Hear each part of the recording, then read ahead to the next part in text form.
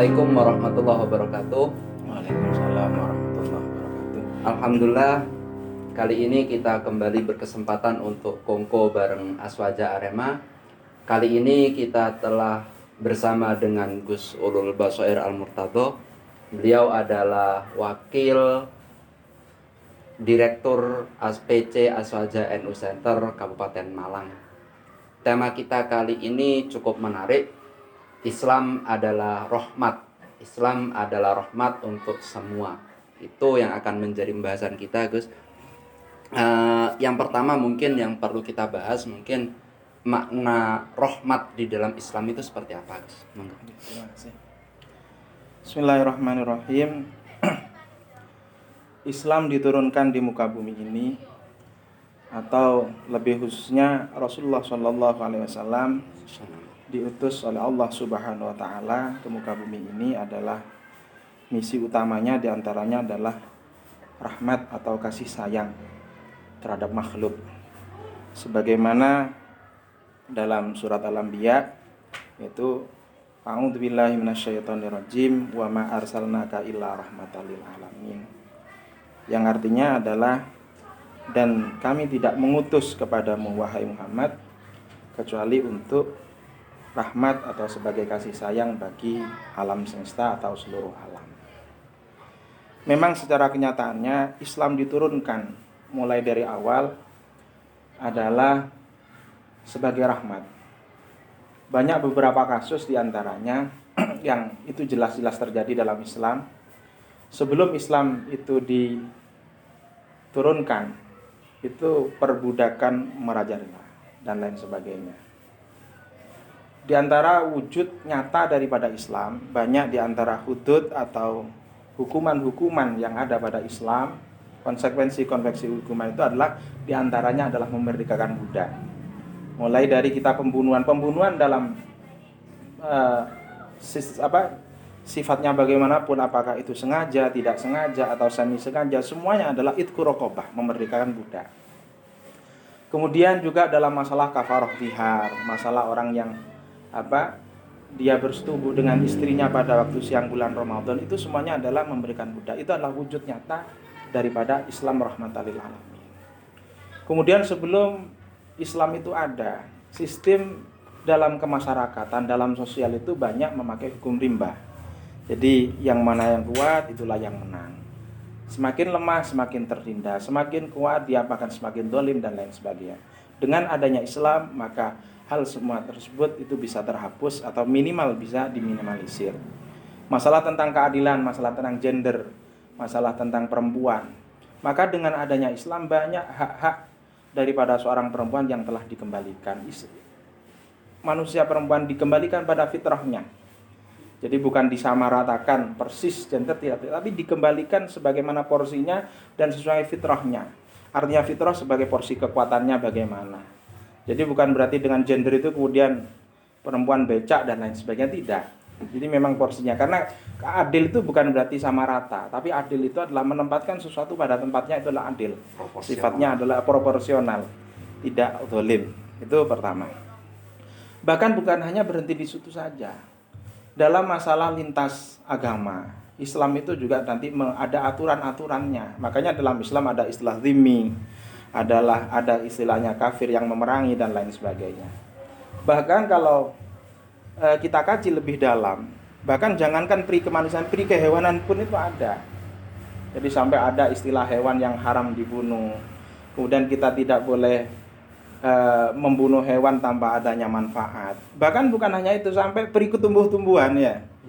Bahkan tumbuh-tumbuhan dalam kitab tasawuf itu adalah kita tidak boleh membunuh atau memotong pada tumbuh-tumbuhan. Kalau dalam ilmu tasawufnya itu dikatakan bahwasanya diantaranya efek negatif daripada kita memotong tumbuhan tanpa ada hajat. Hajat itu misalnya untuk membersihkan, untuk pakan ternak, untuk bangunan dan lain sebagainya, itu adalah menyebabkan pendeknya umur. Lah sebegitu dahsyatnya masalah tentang rahmat. Jadi rahmatan lil alamin di sini betul-betul universal. Itu adalah merupakan makna daripada rahmatnya Allah, rahmatnya Islam yang telah dibawa oleh Rasulullah sallallahu alaihi wasallam. Mungkin itu jelas sekali bahwa Islam itu ternyata rahmat, itu tidak hanya untuk Islam sesama manusia Islam, tapi juga bahkan sampai tumbuhan pun itu juga terkena daripada rahmat di dalam Islam itu sendiri. Mungkin untuk menyikapi selama ini Gus, orang Islam terhadap sesama Islam, orang Islam terhadap non-Muslim yang banyak itu seperti apa? Itu jangan dijawab dulu, kita akan bahas setelah yang satu ini.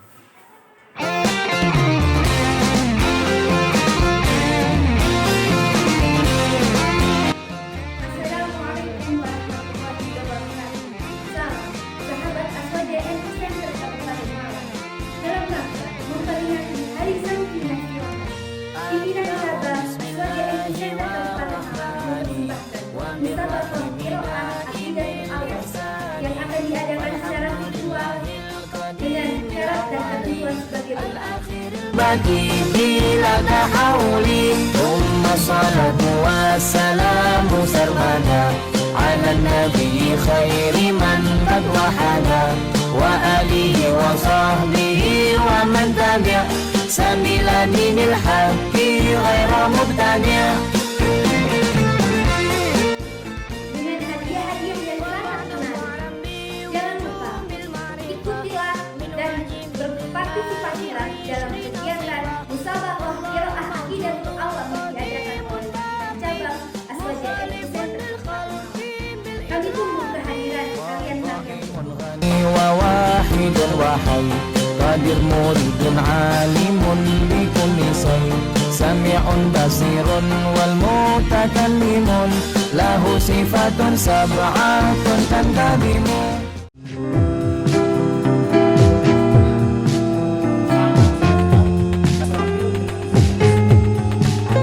Ketika Nabi Isa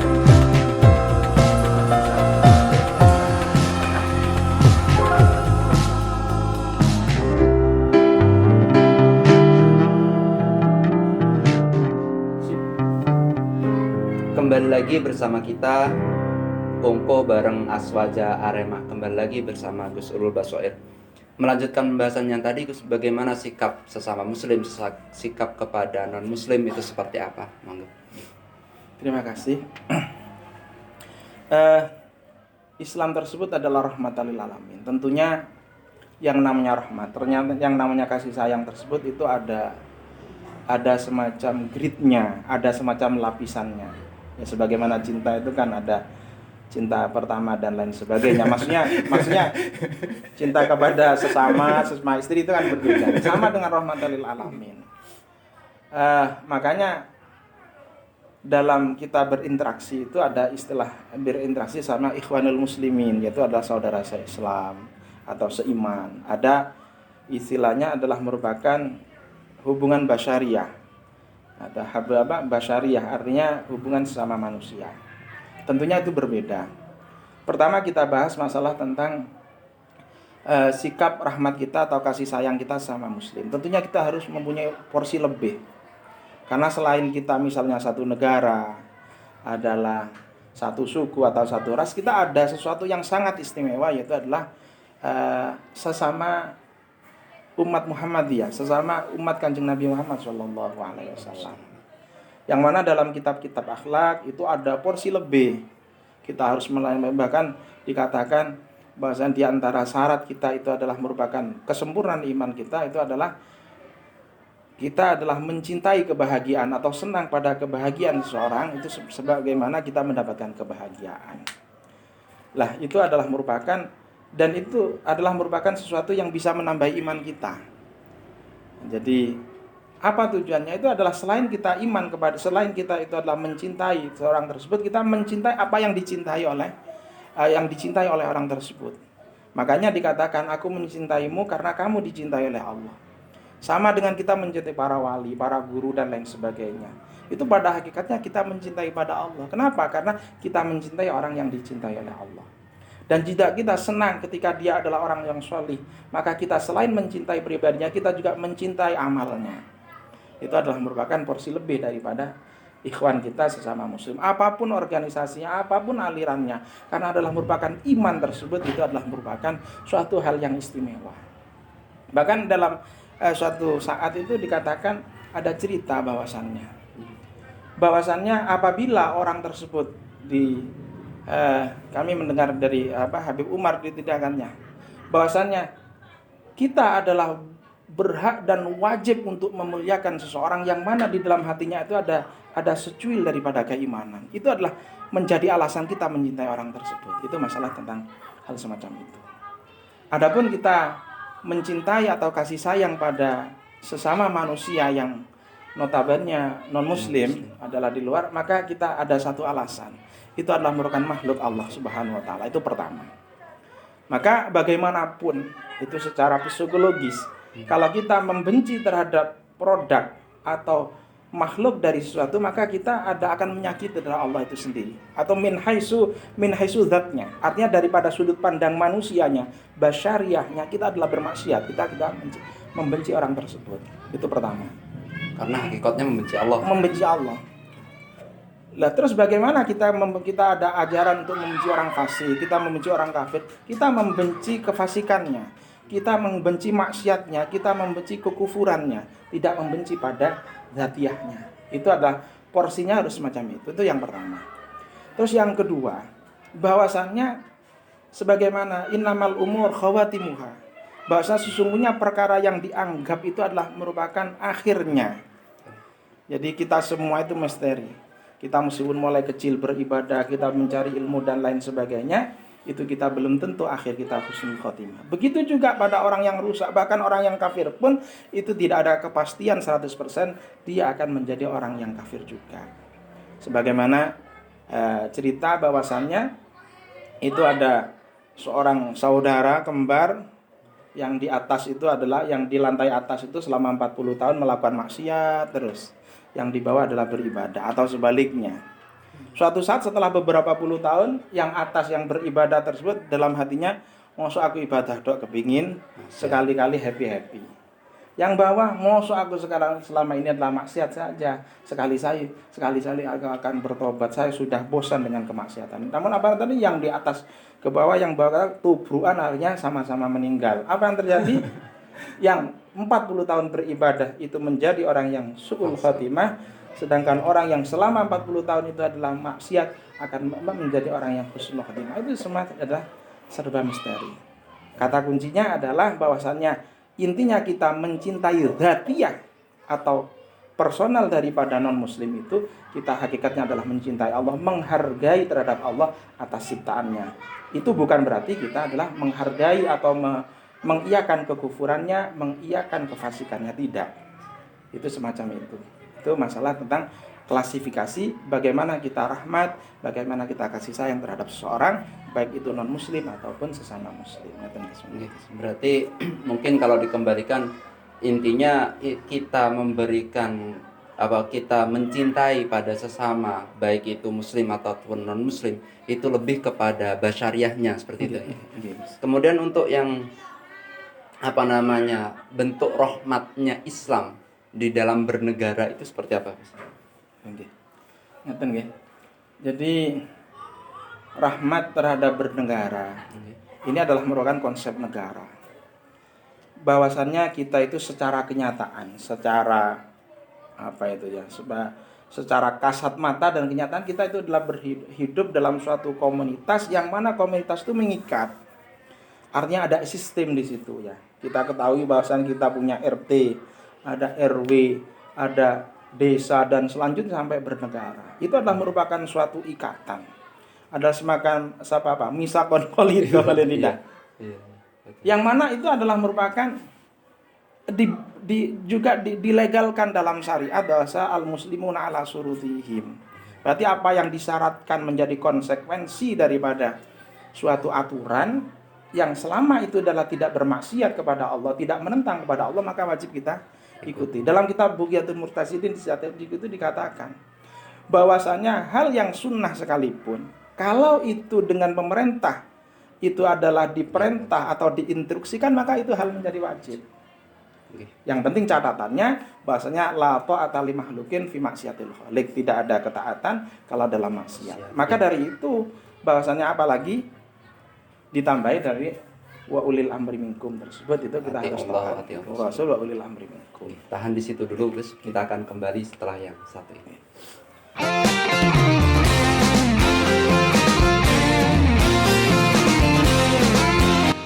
Assalamualaikum warahmatullahi wabarakatuh. Salam, sahabat Aswaja NU Center Kabupaten Malang. Dalam rangka memperingati Hari Santri Nasional, pimpinan cabang Aswaja NU Center Kabupaten Malang mempersembahkan musabaqah qiraah Aqidatul Awal yang akan diadakan secara virtual dengan syarat dan ketentuan sebagai berikut. bagi bila tahawuli Thumma salatu wassalamu sarmada Ala nabi khairi man qad wahada Wa alihi wa sahbihi wa man tabi' Sabila dinil haqqi ghaira mubtadi'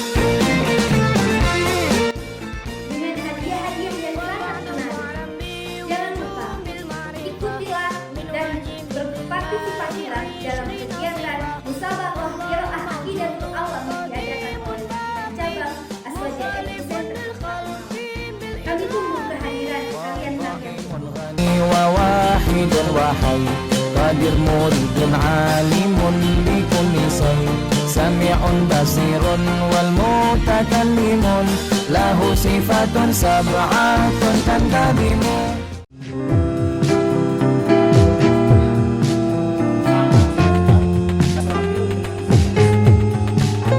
Ketika Nabi Isa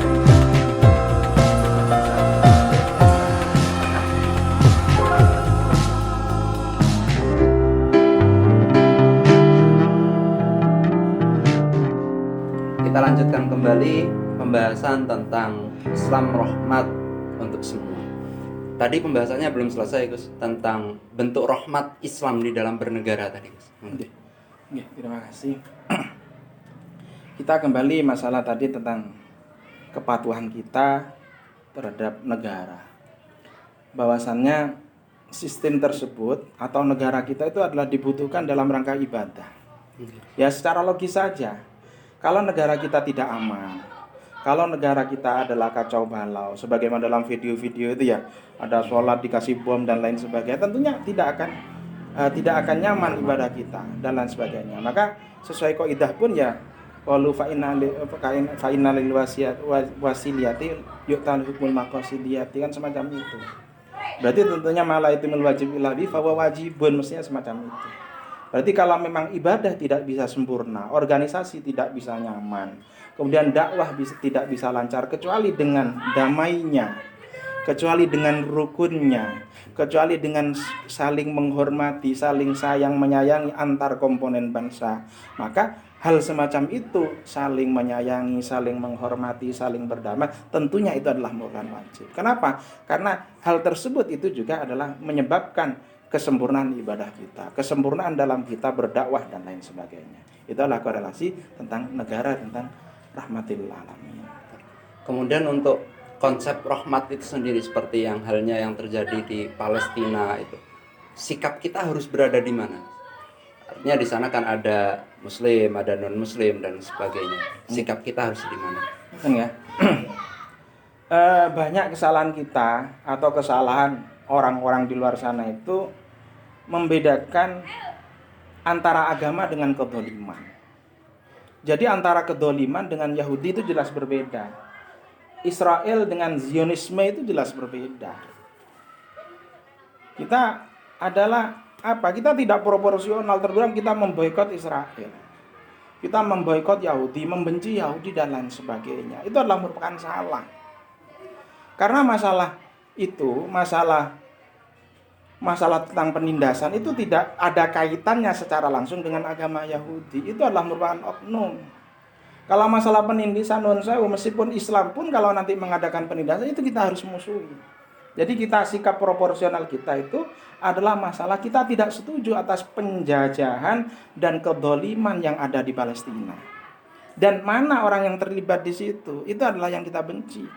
Bukan dengan ada peristiwa Palestina tersebut, kemudian akhirnya kita siapapun yang beragama Yahudi kita musuh, kita benci, kita bakar dan lain sebagainya. Bahkan sampai produk-produk dan lain sebagainya. Itu saya kira adalah tidak bijak. Bahasanya kita ya sudah, mana letak kesalahan ya itu kita ambil dan lain sebagainya. Bukan berarti saya mengucapkan statement semacam itu kayak pro Israel, tidak. Kita lihat secara kenyataan banyak orang yang Israel itu orang berkebangsaan itu justru yang pro pada kita. Mereka tidak ya sama lah. Mungkin Indonesia sekarang sudah dianggap ISIS, sudah dianggap HTI, padahal di luar hati lebih banyak kita adalah orang yang Ahlus Sunnah wal Jamaah. Jadi tidak semua, bahkan bukan hanya penduduk sipil saja, bahkan saya yakin bahwasanya daripada tentara-tentara milisi-milisi Israel itu semuanya adalah setuju dengan tindakan pemimpinnya atau tindakan daripada pemerintah.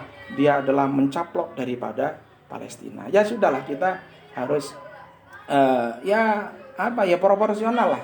Tidak kemudian kebiau kemudian sampai ngamuk gak karu-karuan. Akhirnya sampai anaknya kepingin McDonald, akhirnya sampai nangis-nangis gak dibelikan. Ya tidak, yang penting McDonald itu adalah merupakan diproduk di Indonesia dan produknya itu halal dan sudah mendapat sertifikat MUI Indonesia. Ya sudah, kita makan saja. Dan cara mendapatkannya juga harus halal. Dan itu hal semacam itulah. Sudahlah, kita sudah tidak usah terlalu aneh-aneh. Kalau kita sekarang terlalu aneh-aneh, sekarang syutingan saja itu banyak produk daripada non-muslim. Itu bagaimana kita sekarang akan berdakwah, memakai HP, memakai dan lain sebagainya. Jadi kita harus total tidak menggunakan. Dan itu benar. Dan itu pun salah. Seandainya kita total semua itu adalah merupakan dibuat oleh orang Israel, itu dibuat oleh non-muslim. Non-muslim yang membuat Allah, berarti kita memakai fasilitas Allah. Berarti ya benar. Semua yang ada di dunia milik Allah, selesai Allah, sudah. Danon pun itu dari Allah itu. Airnya itu dari sumbernya, dari yang diciptakan oleh Allah dan lain sebagainya. Jadi semua tidak ada yang kafir, semua Islam semua. Karena semua milik Allah. Karena milik Allah. Jadi kita jangan setengah-setengah lah. Jadi ya syariat juga ya hakikatnya gitu, Gus. Mungkin menarik, Gus ya. Cuman closing statement mungkin, Gus, sekaligus closing statement. Sebenarnya Islam rahmat lil alamin ini kan tidak hanya dalam segi muamalah, muasyarah saja, tapi dalam semua sisi. Pesan untuk kita semua, Gus, untuk bisa menumbuhkan sisi-sisi toleransi, sisi-sisi kasih sayang kita untuk sesama dan lain sebagainya. Intinya kita itu hidup itu adalah merupakan kasih sayang. Agama adalah kasih sayang, bersaudara kasih sayang. Kunci daripada kebersamaan, kunci daripada kebaikan dunia sampai akhirat itu adalah kasih sayang. Bahwasannya amal kebaikan apapun, ibadah, kemudian berorganisasi, kemudian berjuang, semua kalau tidak dilandasi kasih sayang akan buyar. Maka apapun yang kita kerjakan itu adalah landasannya adalah kasih sayang. Yang mana kasih sayang tersebut itu adalah merupakan itu ada diperintahkan oleh Allah Subhanahu wa taala. Bahkan menyatakan Ana Ar-Rahim, bahasanya Allah itu merahim dan itu dikasihkan kepada makhluknya. Allah pertama kali bukan Bismillahil Qahharul Jabbar, tidak. Yang pertama kali kita baca adalah Bismillahirrahmanirrahim. Itu adalah memberikan pesan, isyarah bahwa kita harus mendahulukan adalah Bismillah Ar-Rahman. Kan welas ing dalam dunia akhirat. Dunia akhirat itu ya termasuk itu semacam itu adalah global. Nah itu ada yang kita petik daripada isyarah yang diperintahkan oleh Allah Subhanahu wa taala. Mudah-mudahan bisa menumbuhkan kecintaan kita terhadap sesama sehingga kita tidak terjerumus dalam ekstremisme dalam semua hal. Mudah-mudahan bermanfaat. Terima kasih banyak, Gus, atas semua ilmu yang telah jenengan bagi pada kita semua. Kita akan bertemu lagi dengan kita di Kongko bareng Aswaja Arema di episode-episode berikutnya. Insya Allah episode berikutnya kita akan bertemu dengan Gus Nasrullah, Sekretaris PC Aswaja NU Center Kabupaten Malang. Kita akan menelaah tentang fenomena Islam di kalangan milenial. Kurang lebih itu kita akhiri. Assalamualaikum warahmatullahi wabarakatuh. Waalaikumsalam.